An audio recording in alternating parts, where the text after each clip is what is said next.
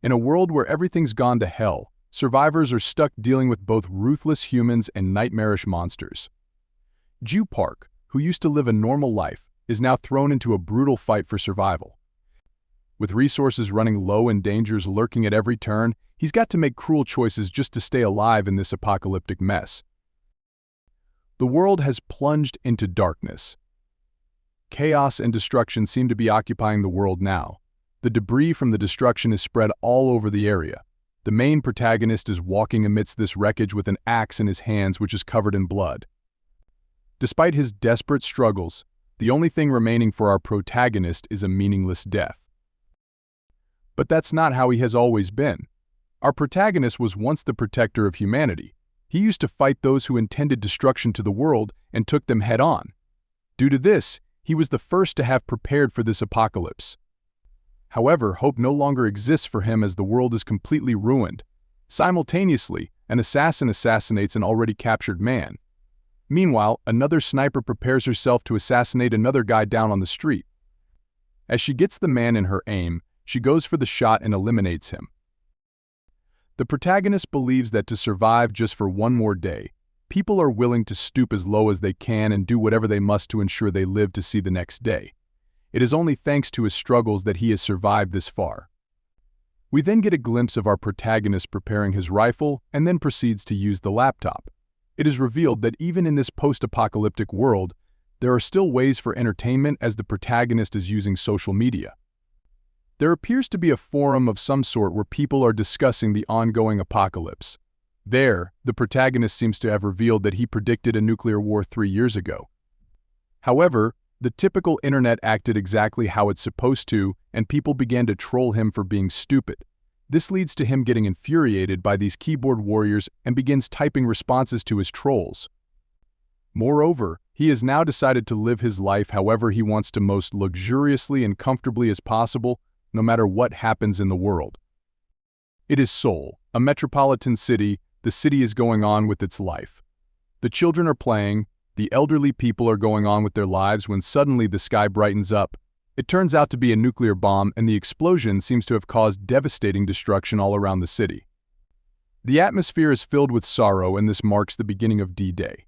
This was also the day when the world ended, but this is a very long and complicated story. However, there are still plenty of interesting things that can be mentioned. We then transition to 3 years before the nuclear war. Our protagonist, Gyu Park, ends up making the wisest decision of his life. A catastrophe hitting humanity was an ongoing topic these days, and everyone and their kids would be talking about it. Some would take this seriously and some would joke about it. But two types of people started taking this matter seriously. The obvious ones are super rich people as they stacked food, clothes, and whatnot in case things were to go bad. The other type of people who were serious about the catastrophe sold all their belongings to prepare for it.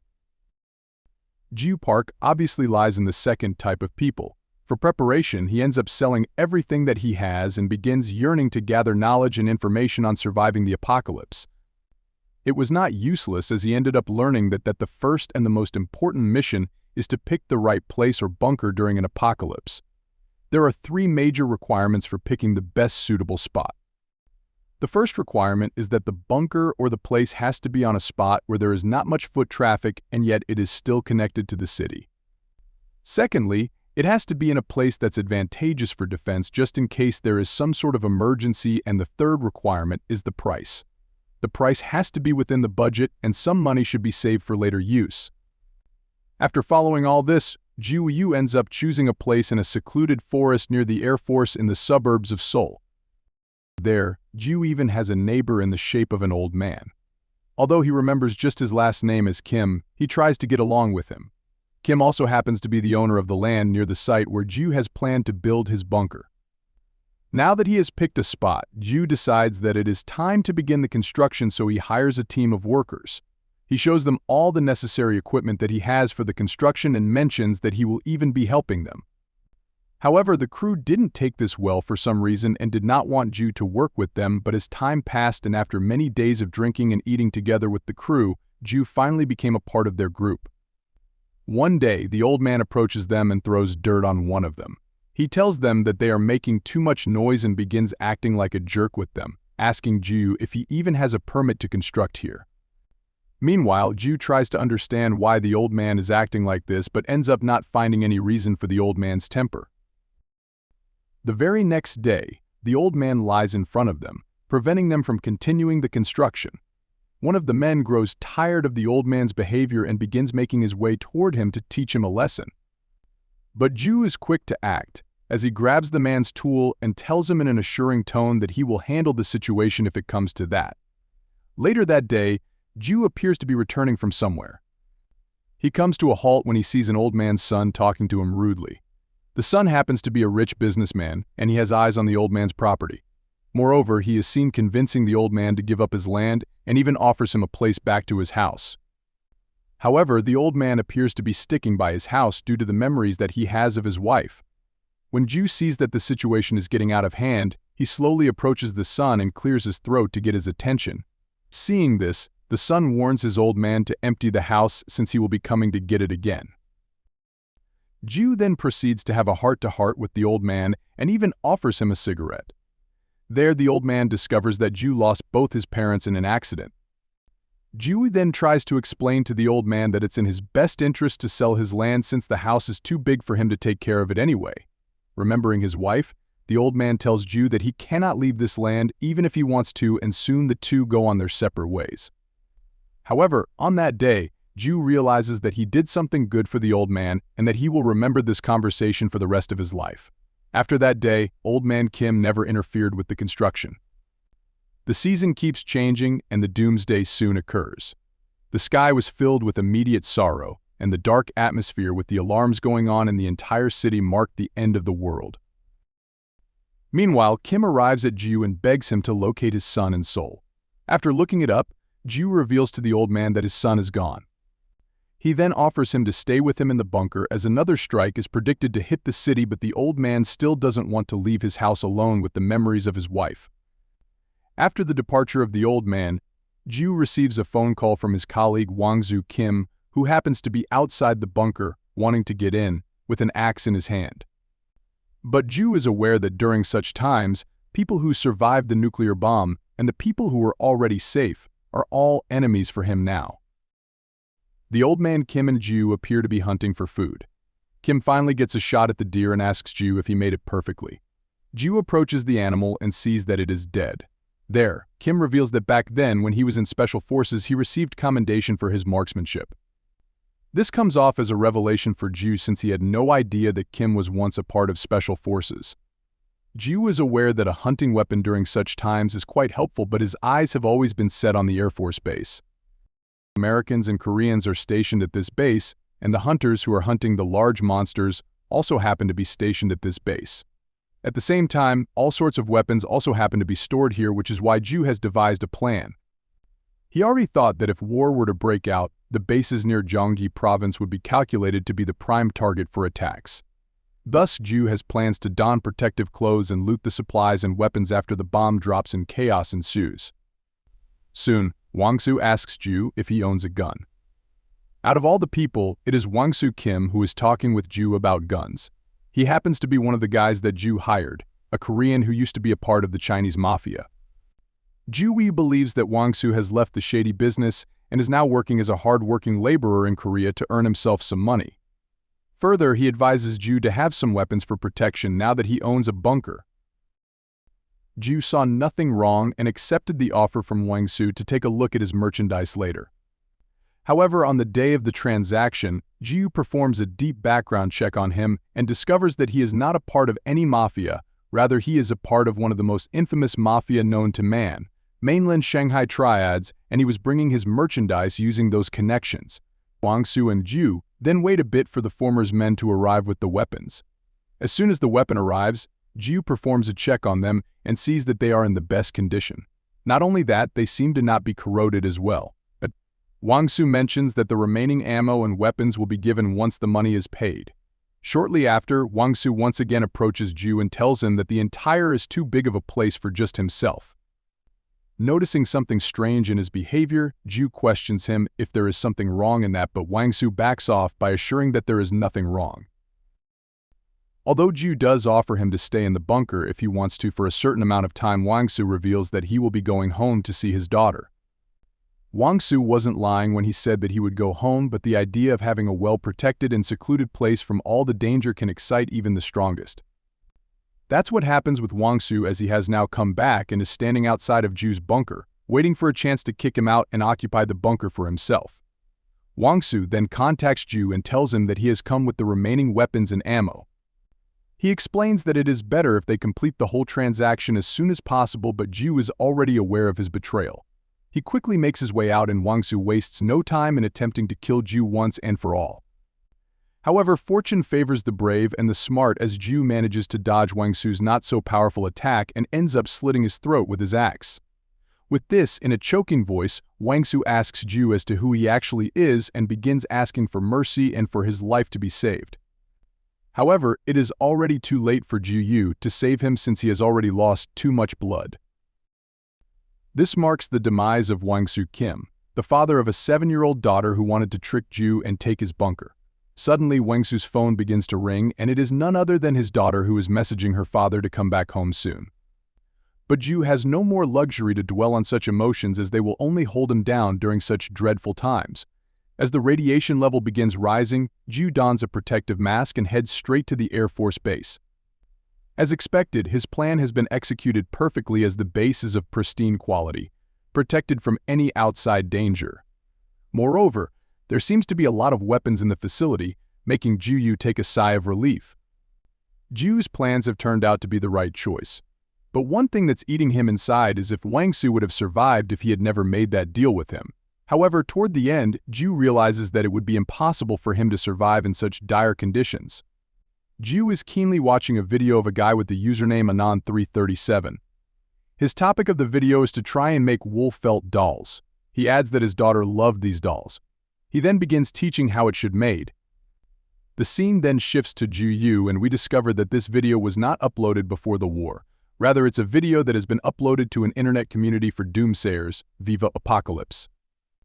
Moreover, there is a developer with a melon mask who developed the satellite network called Galaxy Link. Thanks to this, they still have an internet connection in this post-apocalyptic nuclear war. With these innovations, survivors can identify and interact with each other over the internet and comfort each other. During this, Anon337 gets done with the making of wool. After taking a look at it, Gyu recalls that he has seen something similar in horror movies before. It has been a year now since the nuclear bombs dropped and chaos erupted. Things seem to have calmed down a bit, but the outside condition has only worsened, as huge monsters have been spotted in various places. The government seems to have lost total control of the situation, and it seems far off when the world will go back to normalcy. Moreover, there has been an increase in posts for refugees, and with that, some members have started going offline for a very long period. Furthermore, there is a user by the name Defender who has been blocked. This guy is someone who has recently been labeled as a human hunter within the community. After the start of the war, this man started posting proofs of his kills periodically. However, the surprising part is that he was not doing it for fun, he was doing it for one purpose only, and that purpose is that he is addicted to murder. That is what Gyu finds when the user got unblocked, and he could look around to see what all the fuss is about. Watching him post unhinged stuff on the internet makes Gyu realize how people have gone on the edge. During the same time, Gyu's favorite user, Anon337, also got added to the list of long-term offline users. It is winter now, and there are more offline members than active members in the community now. Gyu has already made up his mind that these people are gone, since there is no way for them to remain alive. Moreover, everyone is now unsafe, and there is no certainty when they will disappear, and that includes Gyu as well. Soon, he sees that Chief Hong, along with his men, are walking toward Gyu's bunker.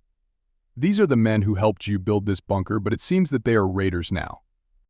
With a smirk on his face, Gyu begins thinking ironically that these men are paying a visit to their long-term friend, so he believes that he should welcome them with kindness.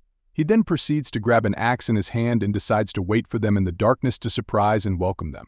However, the men soon come to a halt when they see that the bunker doors are open. This makes them realize that it might be a trap, so Chief Hong sends 2 of his men to check if it is safe for all of them to come inside. After making their way in, the 2 see many boxes of cigarettes lying on the ground. They immediately begin to think that something is up and get told by Hong to stay vigilant and to keep their shields up. but it's already too late for them as Gyu surprise attacks them. After an easy fight with the two, Gyu ends up killing both of them. Even though the second guy begs for mercy and asks Gyu to spare his life, Gyu stays stone-hearted. Hong then asks the two about the number of men that are in this bunker but receives no response. Outside the bunker, another man tells Hong that he will go in and check, but Hong stops him from going inside and asks him if he brought tear gas. Hong has now planned to use the tear gas to smoke the people inside to get them out of their hiding spots. Gyu overhears this idea and is visibly impressed by Hong's smart decision, but he turns it in vain by closing the bunker doors. Hong sees the bunker doors closing and realizes that they still have ventilators to throw the tear gas from. He assures his guys that he helped build this place and that there is only one exit. That is the front bunker doors. Meanwhile, Gyu never thought that he would be getting in this situation. However, one thing that Hong doesn't know is that, after they completed the construction and were done with the bunker, Gyu used what he learned to expand the bunker. Gyu realizes that these guys have straight up walked to their deaths. Meanwhile, their tear gas doesn't seem to be working as Hong asks his man to throw another one. However, Gyu is already taking a peek from the side of the bunker, waiting for the right opportunity. As soon as the opportunity arrives, Gyu ends up killing the two men, leaving only Hong, who then surrenders. Gyu questions as to how many of them are still alive, leading him to respond and explain that he is the only one alive and assures Gyu that he is telling the truth. Gyu then asks Hong to pick up the dead bodies and put them in the trunk of his truck. But soon Gyu shudders in shock when he sees the same wool doll that his favorite username, Anon337, used to make. Gyu believes that Hong and his crew were the ones to have killed him, making Hong panic. However, he explains that when they got to him, he was already dead. Gyu then asks Hong to take him there, and surprisingly they reach there in just 30 minutes. This place is where Anon337 used to record his videos, and after assessing the entire place, Gyu realizes that he was killed by none other than Human Hunter. After the death of Anon337, a team of investigators pulls up to look around the area and search for any clues. It is believed that a lot of information can be found if looked correctly. The time of death, the type of weapon that was used, and how they were killed, these things can be easily found out. The investigator reports to his team that he was able to find nothing of importance at the crime scene. Meanwhile, Hong reminds Gyu that he has done whatever he has asked of him and begs him to let him go. This leads Gyu to load his gun, leaving Hong in a state of panic.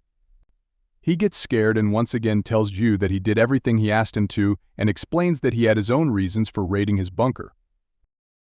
He even tells Gyu that he has kids who are waiting for him back at home and believes that they will die if he does not return. However, Gyu explains to Hong that he is confusing his intentions. He reveals that he never intended to let the raiders go, and as for his excuse concerning the kids, that's an excuse Gyu heard before from Wangsu, and that ended badly for Wangsu. With that, Gyu ends up adding another corpse to his conscience. Later, Gyu appears to be enjoying a warm day as he believes that it is a perfect day for relaxation. One doesn't have to worry about getting too cold or about fuel consumption, since they can just stay under the sun and relax to their heart's content. However, relaxing and enjoying time in a post-apocalyptic world also comes with its own set of risks. As Gyu is resting, a surveillance drone catches up to him. As it turns out, a raider by the name of Dong Tammam lives alone in a high-rise building in southern Gyeonggi province. He was the one to notify everyone of raider activity in the area in a survival journal format. Moreover, since he has no way to protect or defend himself, he ends up making a threat in the postscript, mentioning that he is willing to take out the nearby Dongtan area if the situation deems it. This post goes on to serve as shared info on the raiders and also ends up pissing off the Dongtan survivors. However, the script also mentioned how the raiders' tactics were evolving and that they began using advanced techniques to carry out their acts. Not only that, these raiders are also on these forums, and the tactics that are being discussed to save people are also being informed to these raiders, making them even stronger. It is this day that all the survivors learn the reality of today's world. If they don't fight back, they will end up dying. The idea of collective survival begins to prevail after the realization hits among the people, and the survivors begin to prepare in their own way to fight back with the enemies. However, Gyu believes this to be a flopped idea. He is sure that at the end of the day, the root cause of this is human selfishness. He also understands that congregating as a group has its vulnerabilities as they become more noticeable, and when a larger force shows up, it will be over for them. Considering all this, Gyu realizes that the spot he chose for his bunker is perfect, as it is a desolate piece of land that raiders and wandered try to avoid since there is nothing of interest here. Moreover, the mutated wild dogs make this place even more non-visiting, as no one dares to step foot there. Not only that, in the nearby downtown area, there are also rumors going around of radioactive zombies roaming around the area, but a survivor dealt with them using a sniper rifle. But let's not forget the fact that no enemy force lasts forever. Meanwhile, a van has some guys surveilling Gyu using a drone. The driver peeks out of the window and asks his partner if he is sure they are doing this, and asks for confirmation if he is not mistaking this place for another. He then confirms to the guy and asks him to circle the drone around the area if he doesn't trust him. Soon enough, they spot a woman on the drone camera.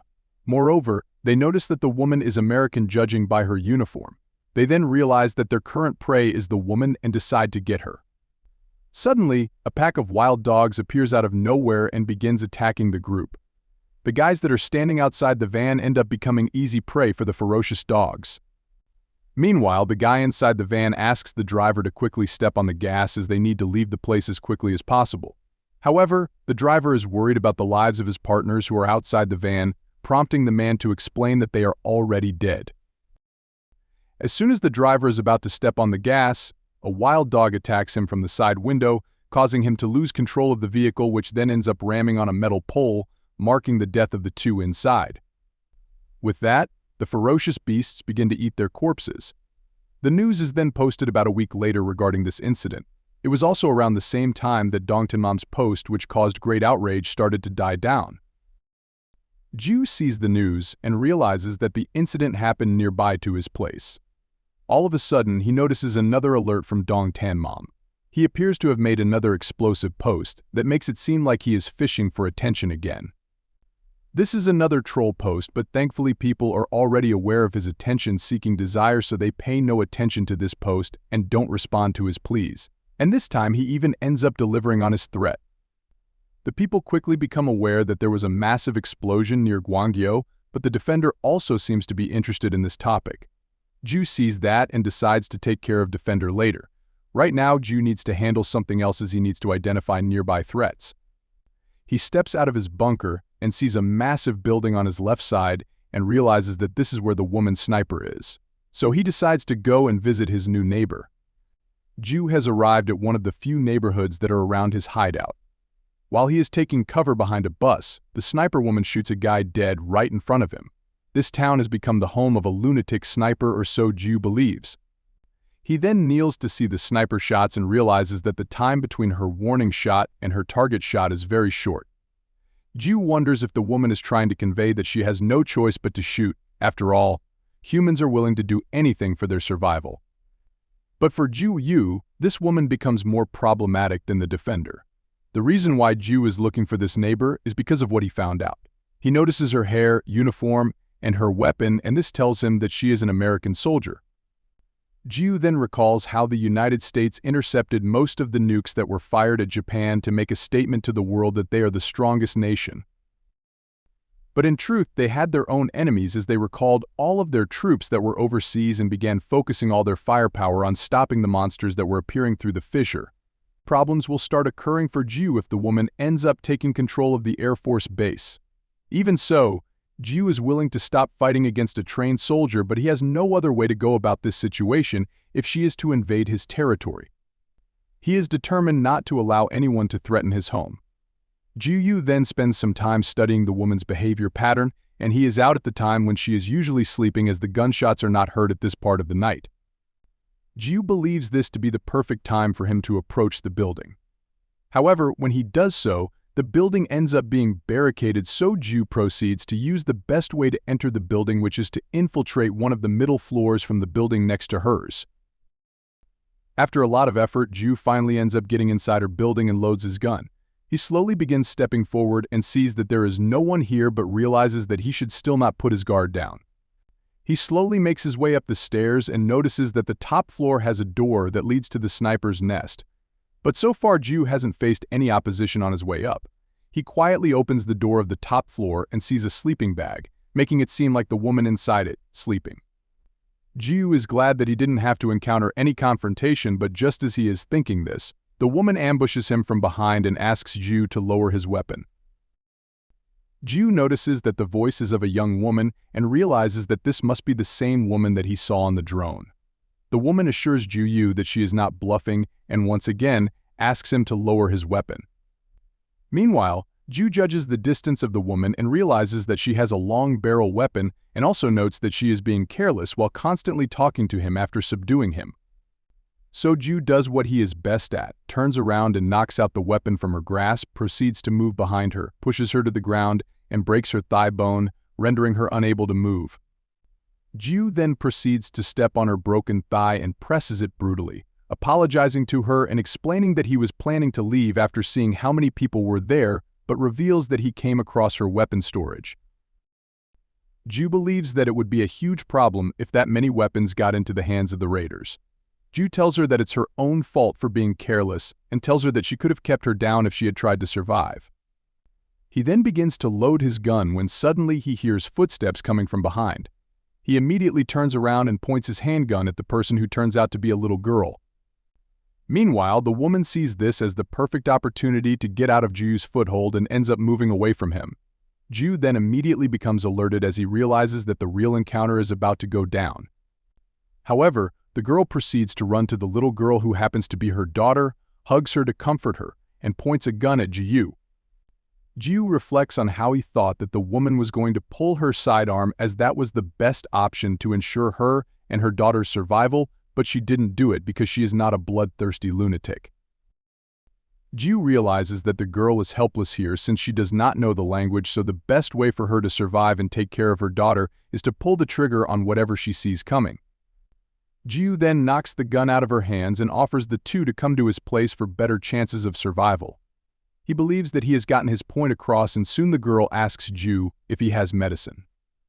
The woman goes ahead and shows her wound and Gyu sees that it looks deep, which also explains her slow movement. So he ends up providing them antibiotics and anti-inflammatory drugs and mentions that they are both even now as he invaded her space. However, the woman explains to Gyu that what she wants are drugs and not the medicines that he gave. As the woman asks Gyu for drugs, he quickly understands that even the strongest would want to lean on false comforts during such times. But he tells the woman that drugs are not some magical cure for whatever is ailing her. He believes that if it was a way to get out of it, then everyone would be taking them. From that day onward, Gyu would constantly meet up with the mother and the daughter and give them powdered milk and painkillers. As days go by, Gyu starts hearing more and more gunshots.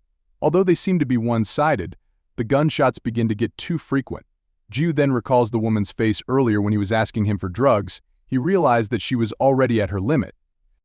This makes Gyu believe that those gunshots aren't meant for intruders or the raiders, rather these are just symptoms of the madness she is having. He then notices a flashlight blinking twice from the same building and realizes that this is the Morse code for a meeting. Gyu then makes his way to the building where he is approached by the little girl who explains that her mother has gotten sick.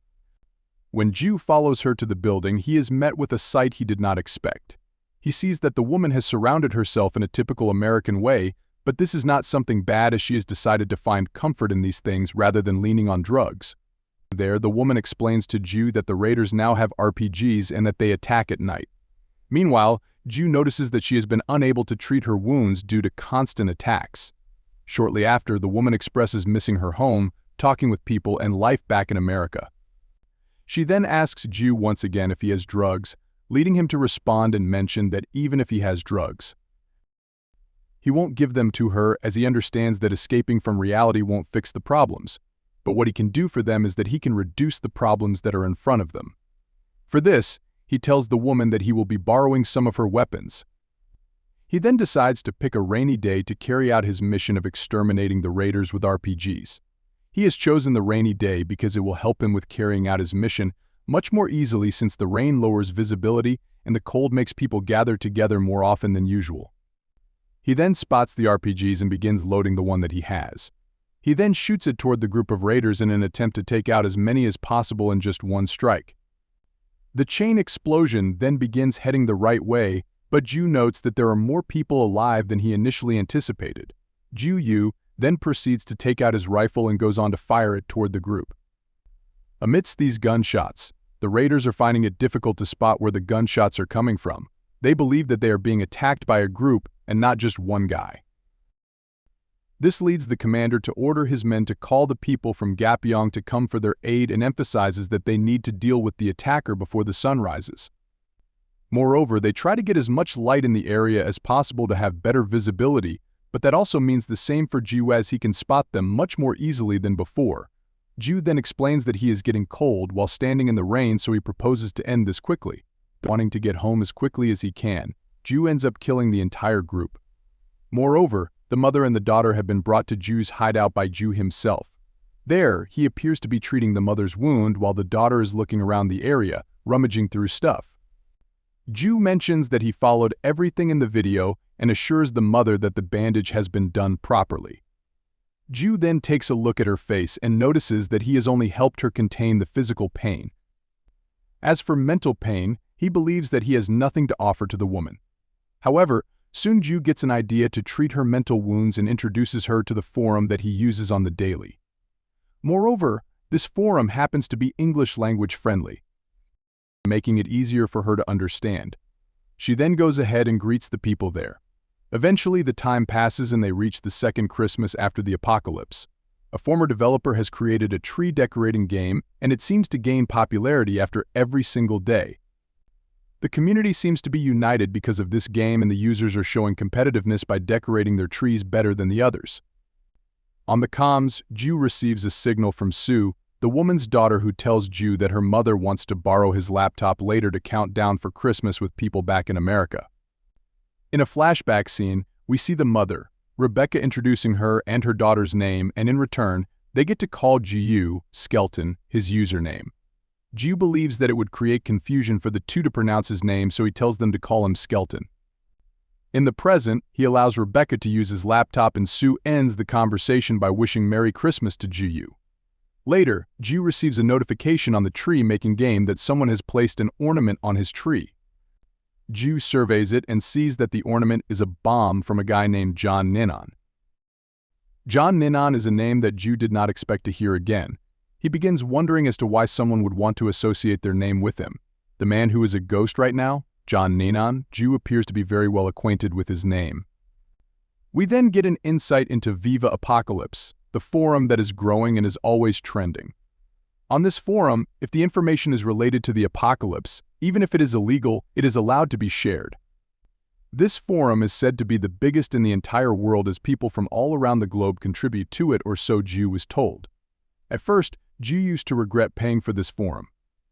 He believed that he could have spent that money somewhere else for better use, when suddenly one day, he came across a post from John Nenon in which he explained the importance and uses of dummy bunkers. In this post, John explains the many ways one can use to protect their bunkers from intruders and raiders. Gyu takes a look at his other posts and realizes that they are useful for him as well. Gyu also noticed that John's survival police were the same as his, just that his thinking was far ahead of Gyu's. This marked a breakthrough for John, as he quickly became a star in the community and started getting known as a person with great insight into everything. But with that also came the speculations concerning his identity, and after some time, he ended up responding to them. He showed the community his hunter identity while hiding his face. Turns out that a decade or so ago, in various parts of the world, a strange phenomenon, now known as fissures, started occurring. Shortly after that, monsters began to emerge from these fissures, leading governments worldwide to establish an organization with people to take care of these monsters. These people were known as hunters, and they were professionals specialized in eliminating these monsters. These hunters would go in groups and fearlessly take on the monsters while also eliminating them. The identities of these top-ranked individuals were considered to be state secret. However, Gyu noticed that John was not on the same level as top-tier hunters. However, the hunting license only added to his credibility. With that, John became the community's sensation, but the more attention someone draws, the more backlash they are meant to face. Rightfully so, John started getting hate comments on every post that he would make, and people would begin criticizing him for even the smallest things. However, these insults were so weak that they would not even dent John's reputation. Gyu believes that John is not a fool and he wouldn't fall into the trap of the haters. However, that's exactly what happened, and John began responding to his hate comments in a cool way. He also ended up revealing his face just because someone said that he was fake since he covered his face. Gyu felt angry at him for acting stupid, and from that onward, John started becoming a person to troll in the community. However, Gyu could do nothing to help since this was John's own doing. He did not stop there, as he planned an offline meetup and posted about it in the forum as well. During the meetup, John would go on to reveal his real name, Esang Hyo Gu, and revealed that he worked as a hunter. A total of 10 people showed up at his meetup, and even they left after feeling disgusted by John's behavior, leaving only a few along with Gyu. John then revealed that the fissures are getting impossible to deal with, and that the higher-ups are getting more and more worried as it's getting out of control. However, these bits of information were already known to others. Gyu then went on to introduce himself to John, and he seemed to have recognized him as he inquired to Gyu about the progress of his bunker. Gyu explained that he ran into some trouble as he could not find a trustworthy company to install a fuel tank. Thereafter, John told Gyu that he might have some friends who could help with the issue. Right after that, he contacted his boss and asked him if they had someone reliable to get a fuel tank installed. The following day, Gyu had a fuel tank installed in his bunker, thanks to John's help. Even after the worst first impression, John somehow manages to be useful for Gyu and even gets useful when it comes to gathering people. He also continued his offline meetups, and more people started appearing in them, taking the total count to even 80 people at a time. One day during a meetup, John asked Gyu if he had time for a word. They make their way outside, where John questions Gyu if he is a hunter by any chance. John tells Gyu that he has seen him somewhere before and believes that he is right in his speculation that he is a hunter. At first, Gyu thinks of ways to get out of the situation but decides to reveal the truth. As he is about to do so, the media arrives in a hurry as one of the reporters wants to take John's interview. The media also notes that John was talking with a guy when they came and began questioning if the guy he was talking to was someone important. John does not know what to answer, but the media keeps pressuring to reveal if the guy Gyu is important. At the end, John explains that Gyu is just some guy whom he recognized from somewhere, which is why he was talking to him. This also marks the last day Gyu will meet John in real life. After that, John keeps on becoming more and more famous and even gets introduced as a representative of Viva Apocalypse, the largest forum in the world. Seeing the opportunity, John starts to turn this into a business as he starts giving lectures, becomes an apocalypse expert, and even starts his own consultation company for the apocalypse. He rises to fame very quickly and starts gaining even more popularity, all the while getting more and more rich. The reason for his sudden rise happens to be none other than Viva Apocalypse. John saw in the community that he was being treated like a god and decided that everyone would be interested in following him. But this eventually leads to his downfall as well, and the people discover that John is nothing but a vile scammer who has scammed them for such a long time. After a thorough research on his background by the authorized organizations, it takes them not much effort to find out that John has been lying about his achievements all along, which also explains why he only had a license to show his identity. Not only that, John also happens to be in debt and has bad credit. He quickly becomes a trash material to be talked about in the community, and his downfall ends up occurring at a faster rate than his rise. However, he decides not to rush and respond to these allegations. John abides by his time and ends up giving a legendary reply, which happens to be short but rage-filled.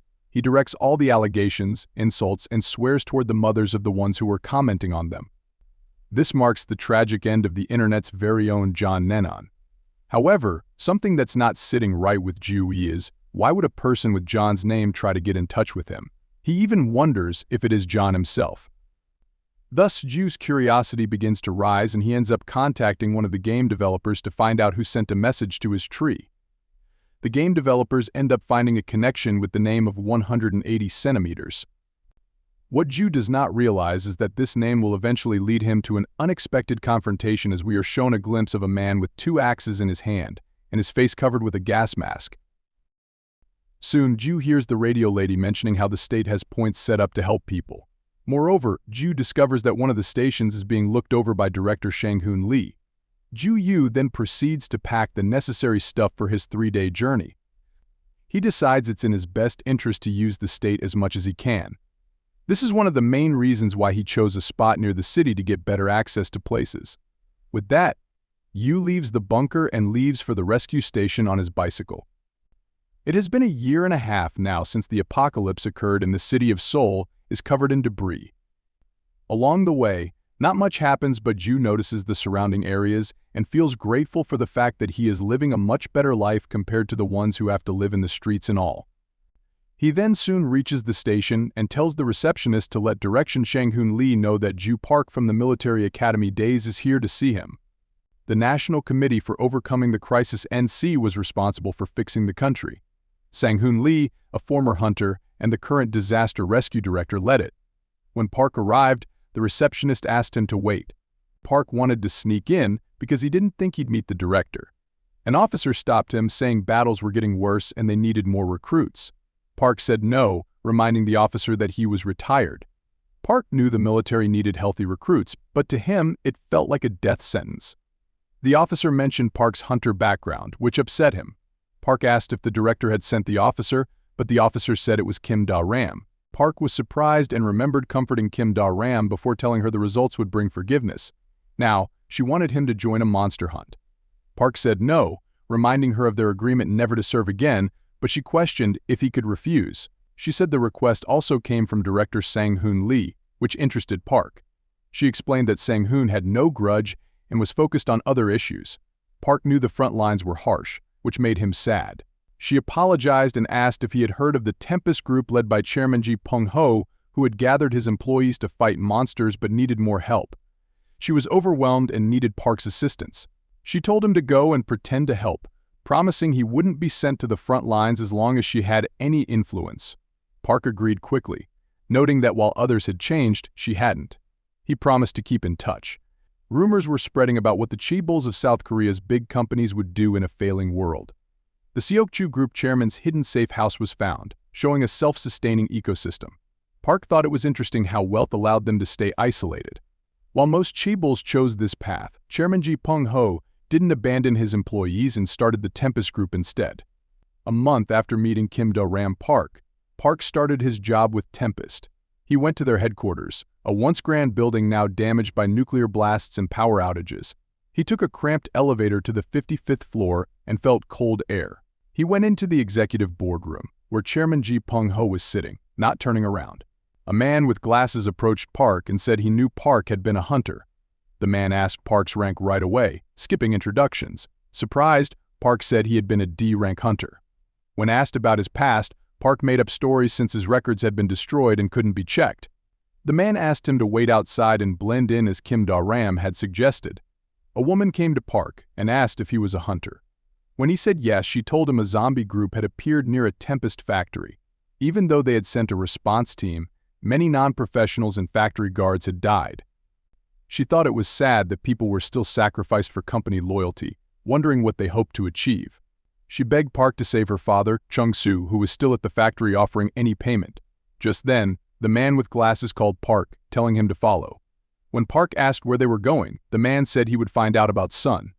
Before leaving, Park agreed to help the woman but warned her not to expect miracles. Hunters weren't gods. Park considered Korea's reliance on sea routes and prepared for the task ahead. Some companies had managed to persist, but their downfall seemed inevitable, and the Tempest Group was no exception.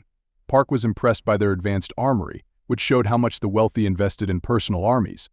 As Park looked around, a man introduced himself as Sang-min Park, a former hunter and now a Congress member in charge of the operation. Park wondered if Sang-min's hunter background helped his political career. Sang-min proposed deploying all troops immediately. Someone noted the thousands of zombies at the factory and mentioned Sang-min's previous delay. Sang-min explained the delay was strategic. Zombies don't last long without food, so the factory's zombies should be nearly starving. Without their minions, the necromancers wouldn't be a significant threat and the tanks should handle them. The group was impressed. They asked Ji Pung-ho, the Tempest Group chairman, for his opinion. Ji Pung-ho agreed to proceed if they acted quickly. Sang-min won over the group, even impressing Park. Sang-min then asked Park for his thoughts. Park disagreed, saying that starving zombies hibernate to conserve energy. Park believed a new plan was needed since the factory had a steady supply of fresh human flesh. Park wasn't worried about the plan's failure or trouble, he just wanted to avoid blame and keep his life quiet. He also disagreed with using tanks, as zombies react strongly to noise and smell. Sending all the troops seemed unwise too. Park's comments annoyed Sangmin, who dismissed his advice. Park then said that 90% of a battle is the plan, and with a flawed strategy, there was no hope. Sangmin was angry, and he accused Park of disrespecting a Congress member and yelled at him. Park stayed calm and didn't care about Sangmin's anger. He was more focused on convincing Chang Su, whose daughter Park was protecting. He told Chang Su to be ready to leave quickly once he gave the signal and expected the mission to fail. On the day of the operation, Sangmin's plan fell apart. Zombies attacked tanks were overwhelmed, and machine guns couldn't keep up. Sangmin panicked, and it was clear they were doomed. When a powerful monster appeared, Park told Chang Su to leave, knowing humans weren't ready for such creatures. After the mission, Park talked to Daram Kim, who praised him and thought the chairman would rethink his plans. She said the chairman wanted to meet Park and wondered why. Park guessed the chairman needed someone to replace Sangmin and informed him of his plan. When Park met the chairman, he was greeted warmly. The chairman said he was impressed with Park's career and thought he was more impressive than the famous Sang-hoon Lee, especially with his great squad members Kang Han-men and Ne Hae-in. The chairman asked if Park wanted to join him. Knowing the chairman's reputation, Park was about to leave but stayed interested when he explained he wanted to reclaim the factory. Despite being born out of wedlock and having slim chances of inheriting the company, the chairman was determined to secure the future for his employees and their families. Park was moved by the chairman's determination, even though he was usually detached. Park agreed to help, even though the outcome might be wrong. The Tempest Group's mission at the factory failed, but Park was relieved that Chang Su, the father he had promised to save, survived. While the mission wasn't successful, Chairman Ji Peng-ho reunited with his employees after becoming a zombie. In a world where many wealthy people had hidden behind walls, Ji Peng-ho's efforts stood out as he continued leading those who believed in him even though he and his employees had become zombies. In the next scene, a lady feeds some adorable little kittens breadcrumbs. Park observed this and, feeling concerned, decided to warn her that it could be dangerous. The lady, however, did not respond and walked away without acknowledging his warning. Park interpreted this as a potential warning sign for him. He remembered that when China was still considered a country, South Korea had sent hunters to deal with the monsters from China. These monsters emerged through gates, appeared in India, and spread everywhere. Park had witnessed various mutations in creatures near the gates in China and had grown worried that feeding the kittens could lead to severe problems. Since the lady had ignored his warnings, Park decided to let the issue go but continued to harbor fears about the worst possible outcomes. Not long after, Park received a call from Kim Daram. He felt annoyed because he did not want to take another government job. Kim Daram explained that the situation was urgent and promised this would be the last time she would request his help. She informed him that there had been an outbreak of mutations near his Air Force base. Park realized that his earlier concern about the kittens had been correct. The lady reported that mutated stray cats from the gate had attacked people living in nearby apartments. Fortunately, no one had been hurt, but the residents were too scared to go outside. Initially, Park refused to help, claiming he no longer possessed the necessary skills, desire, or equipment to handle such a situation. However, the lady insisted that he would be accompanied by an expert, a freelance hunter. The next day, Park met Sung-yan, the freelance hunter. Park introduced himself as a former hunter. Sung-yan recognized him immediately from a legendary class and was quite surprised to see him there. Park preferred not to discuss his past. At the scene in disarray, but with no bodies present, Sung-yan mentioned that he had been attacked and the mutants had managed to flee. Park was impressed by Sung-yan's skills and thought that he must be at least a rank hunter. Sung-yan explained that he had been about to use C4 to finish off the mutants, but someone had interrupted, which caused the cats to escape. Park speculated that the person might be the same woman calling for her kittens. He watched closely and knew the cats would come when she called them.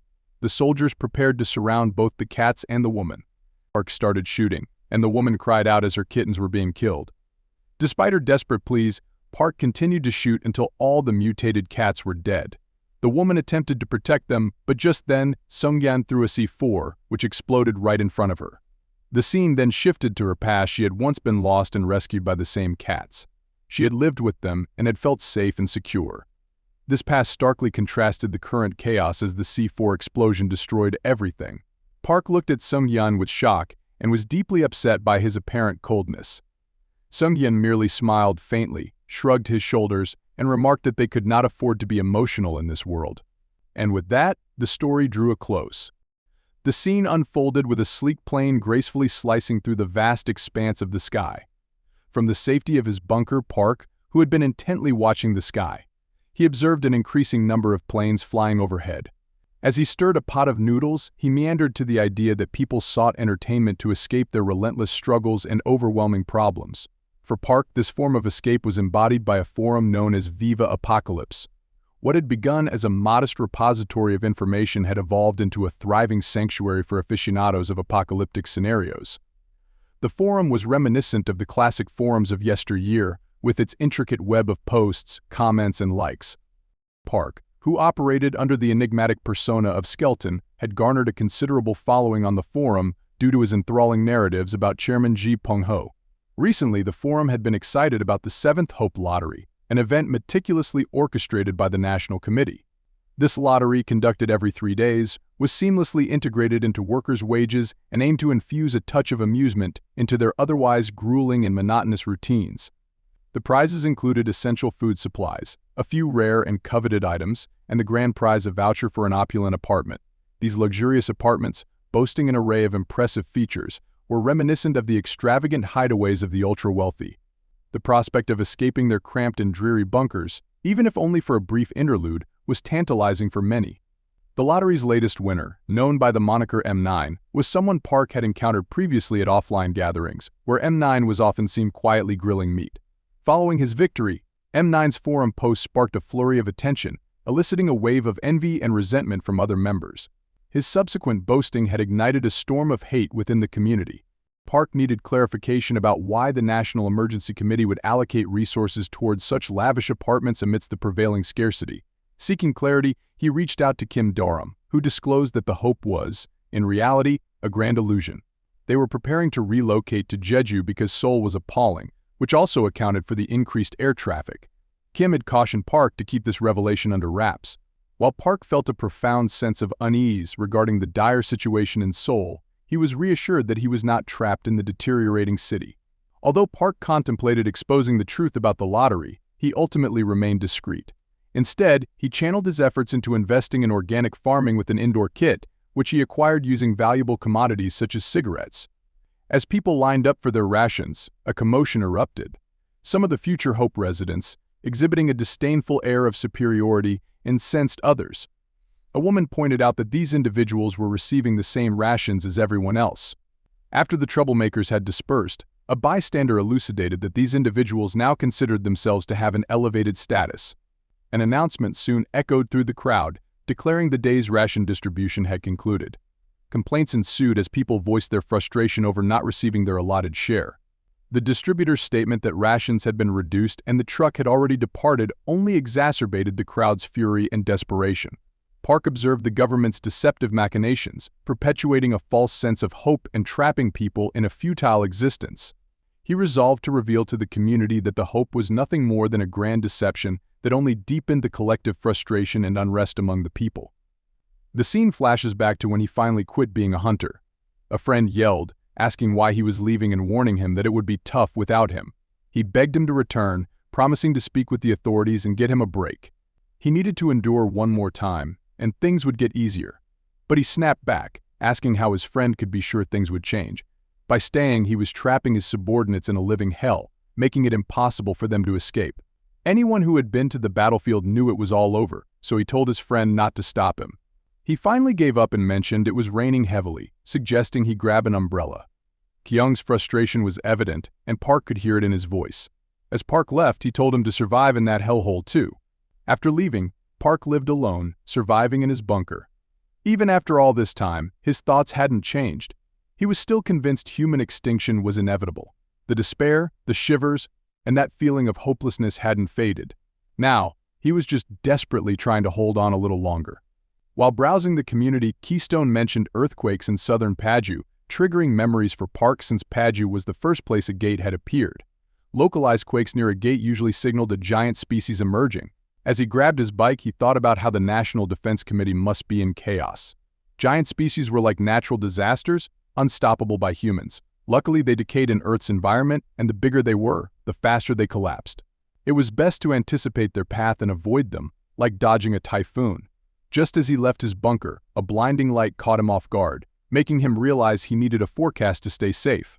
Inside the National Defense Committee headquarters, chaos reigned, with employees rushing as if a disaster were imminent. Park was surprised by how much more chaotic the scene was than he had expected.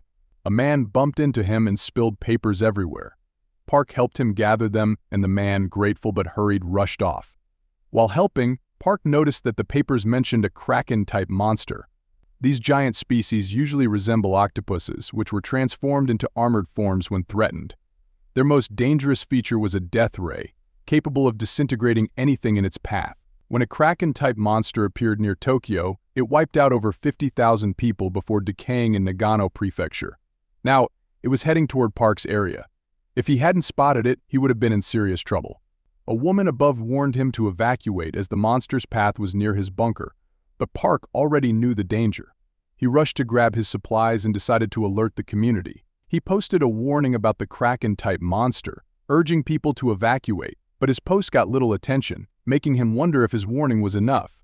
After stretching his arms, Park prepared to evacuate, having done all he could. Before leaving, he received a transmission from Sue, who tried to catch up with him. Park skipped the small talk and told her to grab their Jeep and evacuate with her mother. Unfortunately, Sue revealed that their car had broken down, and they were stranded. This was serious, as their building was directly in the Kraken's path, and Park couldn't rescue them without risking his own life. He advised them to head as far south as possible. Sue agreed and, before signing off, warned him about the heavy rain that was expected the next day, wishing him luck. It broke Park's heart that in this apocalyptic world, letting emotions guide him was a luxury he couldn't afford. He recalled when a friend had once advised him to take an umbrella because it was going to rain right before he resigned as a hunter. That friend had likely died in battle. With that memory, Park made a sudden decision. He told Sue not to end the transmission and promised he would be there in 30 minutes or less. He instructed her to get ready with her mother and wait for him. He quickly opened his inventory and grabbed the weapons and supplies he needed. A pack of mutant wild dogs lay between him and the building where Sue and her mother were. To reach them as quickly as possible, he had to clear the dogs with no time available for detours. Therefore, he grabbed his gun and prepared to charge through. Park hopped onto his ATV and drove straight into the pack with one hand on the wheel and the other aiming his gun. He began taking down the mutant dogs with impressive precision, as if he were shooting watermelons at a carnival game. His accuracy caused the monsters to lose their heads, much like balloons popping at a fair. Balancing, driving, and shooting felt like multitasking in a circus, but he managed it with remarkable skill. He reminisced about his hunter days when he had always been the assault, battling monsters head-on with the support and spotter from his team. Now, he was on his own, managing both the mutant wild dogs and maintaining his speed. As he neared the target building, he spotted a creature perched above the leader of the wild pack. With a howl, the leader summoned a horde of monsters that quickly surrounded his ATV. Despite his efforts to shoot left and right to fend them off, the leader and its minions remained relentless. He realized he couldn't take down the leader from this distance with just his pistol. A wild dog slammed into his ATV, nearly throwing him off balance. As he regained control, he saw the mutant leader using its minions to toy with him, turning him into prey in a twisted hunt. The leader directed its pack with alien howls, and he was struck by how the beast controlled its underlings. As the leader charged, he opened fire, putting holes in it while maintaining his speed. He switched to his other gun and continued shooting. After making some sharp turns, he managed to shake off a few dogs, but the leader remained on his tail and he was running low on ammo. Just as another wild dog leaped at him, a devastating shot rang out, blowing the beast's head apart and sending it crashing to the ground. It was Rebecca whose exceptional sniping skills saved the day. This was her territory, so Park's worries were unfounded. More wild mutant dogs appeared, and he asked Rebecca for help, promising that they would be done in 3 minutes. He swung his axe, slicing through the monsters while Rebecca obliterated the rest with her sniper rifle. The leader beast, watching its minions fall, looked furious but quickly leaped away and vanished when Park glared at it. The mother and daughter arrived just in time, and the girl hugged Park warmly. He told them they needed to leave quickly, and they hopped onto the ATV and sped away. As the sun rose, the little girl, mesmerized by the sunrise, stood up and pointed at the horizon. However, the dazzling light wasn't from the sun, it was the dying remnants of a kraken-type monster shimmering brightly. Even from a distance, it looked as if the monster was finally done for. Seizing the moment, Park told the mother and daughter to pose for a photo and snapped a great selfie with the monster fading in the background. While Park was busy taking photos, someone else was also capturing the scene. A man with a woman by his side was taking pictures of Park. The scene remained a mystery before they could learn more about these mysterious figures. The scene switched back to Park's bunker, where he had posted the photo of the mother and daughter on the community feed. The post quickly received a flood of likes and positive comments. Park then noticed a notification from the serial killer Defender, who had posted another update. Curious, he clicked on the post and saw a dying kraken with one hand in the photo, looking oddly familiar. It dawned on Park that this was the same spot where he had taken the photo of the mother and daughter, and the hand in the kraken picture belonged to the little girl, Sue. At that moment, he received a message from Defender. Opening it, he found a photo of himself and taken without his notice. Defender asked if that was him in the photo. Park quickly pieced things together. Defender likely lived near Gwangyo, making their paths crossing a possible coincidence. He decided to deny it and told Defender that the person in the photo wasn't him. The Defender responded by insisting that Park stop lying and claimed they had seen everything already. They thanked him for the kraken warning, which had helped them survive, and then asked if Park wanted to be friends. Park realized that Defender must have seen his kraken post even though it had barely any views. It seemed that one of those views had been from Defender. Park then heard a transmission from Rebecca and asked what was up. She informed him that a lot of people were entering their territory. Concerned, Park told her to be careful and cut the transmission. It was no surprise that unwanted guests were arriving after their recent battle with the mutant dog leader. The weakened dog pack couldn't effectively block the refugees from reaching Park's hideout. However, the main issue was that these people were camping right next to the generator's exhaust vent, which was the last place Park wanted them to be. The heart of Park's bunker was the diesel generator known as the Skeleton Heart. It occupied an entire underground floor and provided massive power but produced a lot of exhaust. The rising smoke from a nearby house suggested that someone was cooking inside. If Park ran the generator, the exhaust might reveal the location of his bunker. Turning it off would cut the power and comfort of the bunker, potentially spoil the food in the freezer and ruin his survival plans. Given that the refugees didn't seem like raiders, Park decided to try resolving the situation through dialogue. An old man with white hair instructed everyone to set up their base. Park arrived with his gun and informed them that this was private property while suggesting they leave. The old man's gaze then fixed on Park's rifle. A woman behind him argued that property lines shouldn't matter in a crisis, but the old man dismissed her and assured Park that they were from the pioneering team, even showing a pioneering permit. Park recalled reading about this pioneering team in a community article. The government had relocated people to significant cities for reconstruction. When that effort failed, those deemed unnecessary were sent to the outskirts under the guise of a pioneering corps, mainly consisting of older individuals. In essence, as the city's capacity shrank, those left behind were relocated under the name of pioneers, even though they weren't raiders. Despite this, Park told them they had 3 days to clean up and move out. The old man, upset, insisted that they were state-sanctioned. Park retorted that the state they referred to no longer existed, so there was no reason for them to stay. 3 days passed, and the refugees still hadn't left by the next day. The old man insisted they wouldn't move without orders from headquarters, explaining that, if they left their designated area, their rations for their family in the city would be cut off. They only needed to stay a few weeks. An older woman then stepped forward and begged, saying that they had been abandoned by their families and expelled by the country. She insisted they meant no harm and offered something to Park as a gesture of goodwill. Park reluctantly allowed them to stay. His bunker became dark, hot, and humid, and he was at a loss. He even contemplated drastic measures but decided against harming innocent people. He turned to his laptop, hoping for a solution. He posted on the Viva Apocalypse community, detailing his situation and the problem with the generator. Initial responses were tepid, but then Defender messaged Park, reminding him that these people could be potential looters. If their supplies ran out, they might target him and wouldn't hesitate to kill him. Defender advised Park to strike first to ensure his survival. Park wasn't surprised by Defender's advice. It was typical of someone like him. As much as Park disliked it, he agreed with Defender's caution. However, he decided to observe the refugees a bit longer before making any moves. A few days later, Park met with Kyle, a rare average user from Viva Apocalypse. Kyle mentioned that he had discovered something interesting in a nearby mountain, so Park decided to check it out. When they arrived, Kyle pointed to a tank-like structure. Park quickly recognized it as a capsule, what he referred to as their egg. Kyle had inquired about a peculiar object near his house that no one could identify, and someone had suggested that it might be a marshmallow from a rice paddy. Kyle had known, however, that this suggestion was patently incorrect. Seeing this post had sparked an idea in his mind. If the pioneers were not inclined to leave without an official order, he needed to provide them with a compelling reason to go. Consequently, he had asserted in the community that the object was hazardous and had volunteered to handle it himself. Thanks to his active involvement in the community, Kyle had remained unsuspicious. He had then contacted the National Committee's Road Control headquarters to expedite his journey through the metropolitan area. The person on the other end had confirmed his identity as Kim Daram's subordinate and had provided him with directions to bypass Seoul, hinting that the route was under governmental jurisdiction.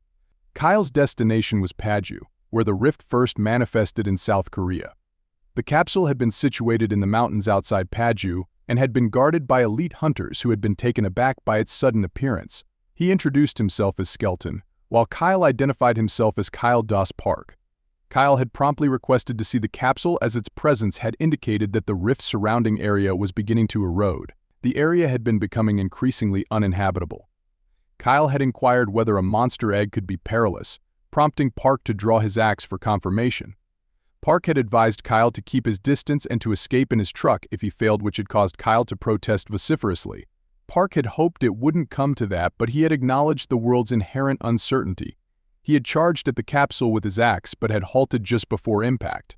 A hologram of him, with an axe poised at his throat, had appeared briefly before vanishing. Kyle had questioned this phenomenon, and Park had explained that it was a reflective barrier that distorted dimensions and redirected attacks to the attacker, a reason why humans had struggled against monsters.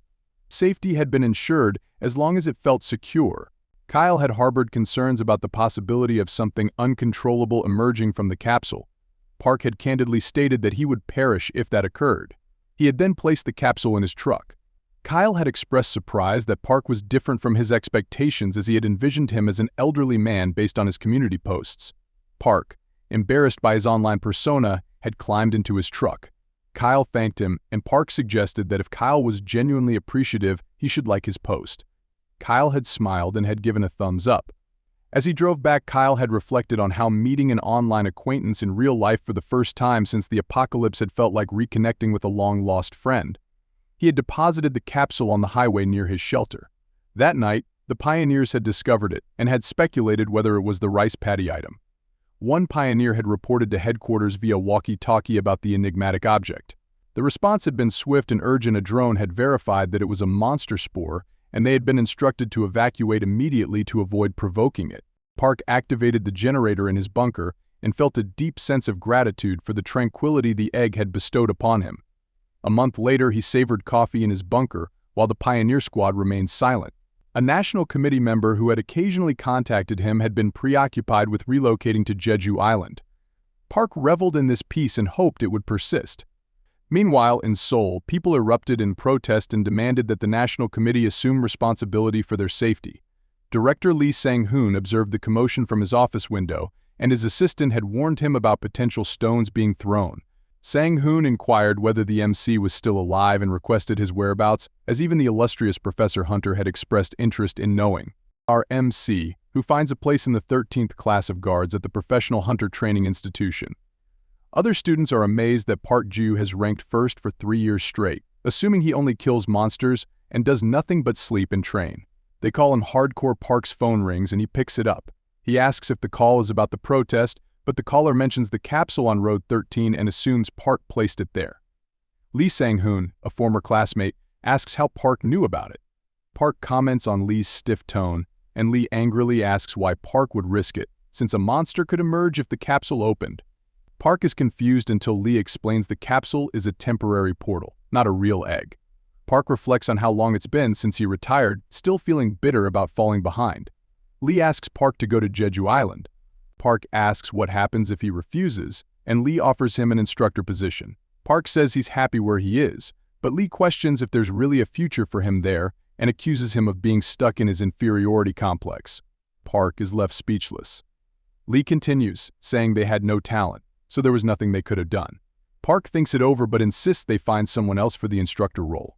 Lee realizes his friend is as stubborn as ever and warns that the metropolitan area might soon be in danger, advising Park to survive. After the call, Park contemplates. While collecting rice, he realizes it's been nearly 2 years since the war broke out. He scattered rice seeds in an abandoned field, and now there's enough growing for him to eat. He won't underestimate a single grain of rice and thanks Kim's advice because now he'll be eating freshly cooked rice for a while. While researching, Park comes across a rumor that the defender is a woman.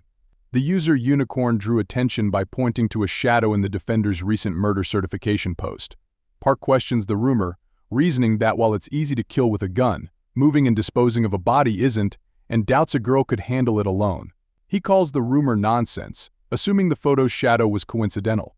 He remembers Lee's advice to stay alive but believes he's in the safest place and isn't going to die. Park reflects on Lee as someone who always asked questions honestly and was relentlessly competitive. His phone rings again. It's Kim Daram. Park answers, clarifying that he settled the Jeju matter and won't be going anywhere. Then, he hears the shocking news director Lee Sang is dead. Stunned, he asks if they mean director Lee Sang. He's told that the director took his own life and left a note, stating someone must take responsibility for the situation in this decaying world. They ask if Park will visit the mourning hall. Park thinks there's no place left for honest and upright people to breathe. The woman shares that they've set up the memorial altar at the military hospital where her husband is, and given the current situation, they barely managed to arrange it. She tells Park that to reach Seoul, he'll have to pass through the road where the capsules are located and mentions that security personnel, called the Awakened Ones, were deployed there just yesterday. She's letting him know in advance in case he runs into them. Park understands and wonders if his friend Lee wants to have a pride battle with him until the end. He feels Lee made things tough for him and now forces him to take the unpaved road, which is just like him. While talking to Lee's image in his mind, he realizes his friend is silent. Park starts gathering weapons, choosing 2 tactical axes, one of the few items he kept after being discharged.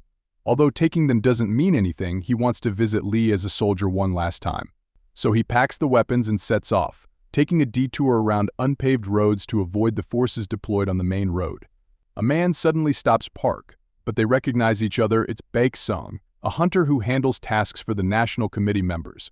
Park tells him he's heading to Seoul, and Baek requests Park come with him for a moment. While smoking, Baek explains he'd like to let Park go, but the guys with bright blue eyes, the ones in charge, are the roaring tigers, the real hunters, different from old-timers like them. These new hunters appeared around 6 years ago, after about 30% of humanity was lost following the monster outbreak.